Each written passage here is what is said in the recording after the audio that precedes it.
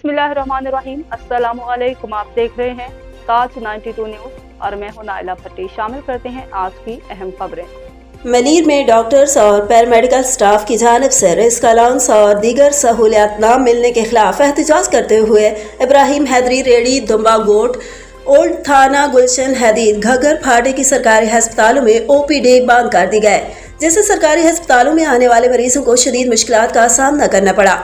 इस सिलसिले में doctor Shahid Bhatt, doctor Arif Shah, doctor Shoaib Mughal, doctor Rehana, doctor Khalida, doctor Seema, paramedical staff Saleem ji Memon, Rizwan Raheel और दीगर ने कहा कि सिंध हुकूमत ने हेल्थ अलाउंस और रिस्क अलाउंस रोक कर हेल्थ वर्कर्स पर जुल्म किया है।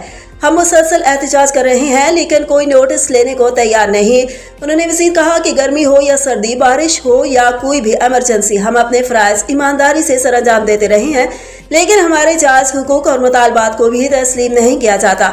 उन्होंने सिंध हुकूमत से दरख्वास्त की है कि हमारे जायज़ मुतालबात तस्लीम करके मुलाज़मीन की बेचैनी ख़त्म की जाए, बसूरत दीगर एहतजाज का दायरा बढ़ाया जाएगा।